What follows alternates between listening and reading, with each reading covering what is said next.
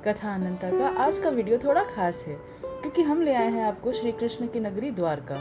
और यही नहीं, इस वीडियो में आप दर्शन करेंगे भेट द्वारका और नागेश्वर ज्योतिर्लिंग के। ये 2 दिन की आइटिनरी हम लेकर आए हैं खास आपके लिए। अंत तक जरूर जुड़े रहिए। यात्रा की शुरुआत द्वारका रेलवे स्टेशन या द्वारका बस स्टैंड से होती है। यहीं से यात्री अपने अपने अस्थायी निवास की तरफ जाते हैं और आने वाले दर्शन के लिए तैयार होते हैं। श्री द्वारकाधीश का यह मंदिर गोमती नदी के तट पर बसा है। कहा जाता है कि मंदिर की मूर्ति करीब 2200 साल पुरानी है।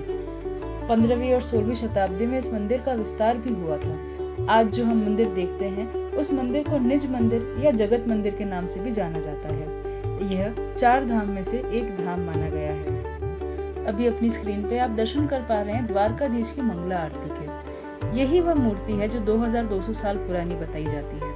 इस मूर्ति के 4 हाथ हैं जिसमें शंख, चक्र, गदा और पद्म है। कहा जाता है जन्म से पूर्व माँ देवकी और पिता वासुदेव के सामने श्री कृष्ण ने यही अवतार लिया था। मंदिर के खुलने का समय है सुबह 6 बजे से दोपहर के 1 बजे तक और शाम को 5 से रात के 9:30 बजे तक। अब हम ले चलते हैं आपको शिवजी के एक अनूठे मंदिर की तरफ जिसका नाम है बड़केश्वर महादेव मंदिर। बड़केश्वर महादेव मंदिर की खास बात यह है कि इस मंदिर का शिवलिंग करीब 5000 साल पुराना बताया जाता है और कहते हैं कि ये इसी समुद्र से अपने आप प्रकट हुआ है। यही नहीं, हर साल जून और जुलाई के महीने में समुद्र खुद शिवलिंग का अभिषेक करता है। पूरा मंदिर समुद्र के बीच में होता है और वहां तक पहुंचना असंभव हो जाता है। चलिए अब आपको ले चलते हैं भेट द्वारका की तरफ। द्वारका से करीब 35 किलोमीटर की दूरी पर भेट द्वारका है जिसके चारों तरफ समुद्र है। अपनी स्क्रीन पे आप जो देख पा रहे हैं वो है भारत का सबसे लंबा केबल कार ब्रिज और इसका नाम है सुदर्शन सेतु। ये करीब 2300 मीटर लंबा है और 2024 में इसका उद्घाटन हुआ था। उससे पहले भेट द्वारका आने के लिए एकमात्र रास्ता समुद्र से नाव में बैठ के आने का ही था।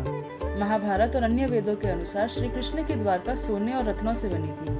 अपनी स्क्रीन पे आप जो महल देख रहे हैं वो एक म्यूजियम है जिसमें यह बताया गया है कि सोने की द्वारका कैसी रही होगी। यहाँ पर आप टिकट लेकर जा सकते हैं। इस म्यूजियम से थोड़े आगे आने पर आपको द्वारकाधीश मंदिर जाने का रास्ता मिलेगा। श्रीमद् भागवत के अनुसार द्वारका जिस भूखंड पर बनी थी वो श्री कृष्ण ने समुद्र से लिया था। जब श्री कृष्ण ने अपनी मनुष्य देह का त्याग किया तब वो भूखंड जिस पर द्वारका बसी थी वो समुद्र में समा गया।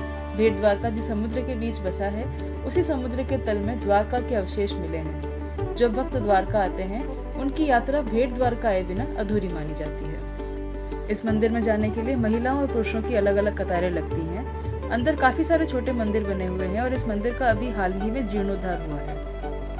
द्वारकाधीश के मंदिर से थोड़ा ही आगे आने पर ये मंदिर देखने को मिलता है जिसका नाम है केशव राय जी का मंदिर। केशी राक्षस को मारने के बाद श्री कृष्ण केशव कहलाए थे और केशव राय जी द्वारकाधीश का ही एक स्वरूप माना गया है। अभी अपनी स्क्रीन पे आप जो फोटो देख रहे हैं, कहा जाता है ये मूर्ति नाथद्वारा से द्वारका आई है।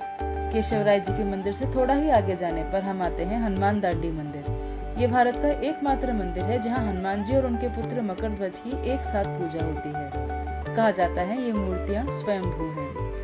भेट द्वारका से नागेश्वर ज्योतिर्लिंग जाते समय बीच में पौराणिक गोपी तालाब आता है जहां गोपियों के नाथ गोपीनाथ जी का मंदिर है। यह मंदिर करीब 5000 साल पुराना बताया जाता है। एक कहानी के अनुसार इस तालाब के पास ब्रज की गोपियां श्री कृष्ण से आखिरी बार मिलने आई थी, जबकि कुछ कथाओं के अनुसार श्री कृष्ण के मनुष्य देह त्यागने के बाद उनके वियोग में ब्रज की गोपियां ने इसी तालाब में समाधि ले ली थी। तब से यहाँ की मिट्टी चंदन बन गई। आज भी इस तालाब की मिट्टी चंदन है और यहाँ का चंदन गोपी चंदन कहलाता है। इसकी भक्तों में बहुत मान्यता है। चलिए अब चलते हैं शिवजी के 12 ज्योतिर्लिंगों में से एक नागेश्वर ज्योतिर्लिंग की तरफ जो देवभूमि द्वारका से करीब 18 किलोमीटर दूर है। नागेश्वर ज्योतिर्लिंग के स्वरूप को सर्प यानी नागों का नाद भी कहा गया है। यह शिवजी की 80 फीट की मूर्ति है जो यहाँ का विशेष आकर्षण भी है। शिव पुराण के अनुसार पार्वती जी ने अपनी अनन्य भक्त दारुका जो एक राक्षसी थी उसे वरदान दिया, जिसके कारण वो और उसका पति दारुक साधुओं और आमजन को बहुत परेशान करने लगे। उन्होंने शिवजी की एक भक्त सुप्रिया को बंदी बना लिया और उसकी बलि देनी चाहिए। इसी इरादे से वो उसे समुद्र के नीचे ले गए जहाँ बहुत से समुद्री सांप और विषैले जीव थे। सुप्रिया ने अपने आराध्य शिवजी को याद किया और शिवजी अपनी भक्त को बचाने दारुक और दारुका का वध करने के लिए दारुका बनाए। नागेश्वर ज्योतिर्लिंग उसी दारुका वन में बसा है जहां उन्होंने अपनी भक्त की रक्षा की थी। आज भी इस मंदिर में पति और पत्नी नाग नागिन का जोड़ा मंदिर में चढ़ाते हैं ताकि उनकी बुरी शक्तियों और कष्टों से रक्षा हो सके। अब आते हैं द्वारिका यात्रा की आखिरी पड़ाव रुक्मणी मंदिर में, जो द्वारकाधीश मंदिर से करीब 2 किलोमीटर दूर है। यह मंदिर करीब 2500 साल पुराना बताया जाता है और यहाँ देवी रुक्मणी चतुर्भुजा अवतार में अकेली पूजी जाती हैं। कहते हैं इस मंदिर के दर्शन करने के बाद द्वारका धाम की यात्रा पूरी होती है। देवभूमि द्वारका के ये दर्शन अब 2 दिन में आराम से पूरे कर सकते हैं। अगर हमारी वीडियो आपको पसंद आई हो तो कथा अनंता को लाइक, सब्सक्राइब और शेयर करना ना भूलें। द्वारकाधीश की जय।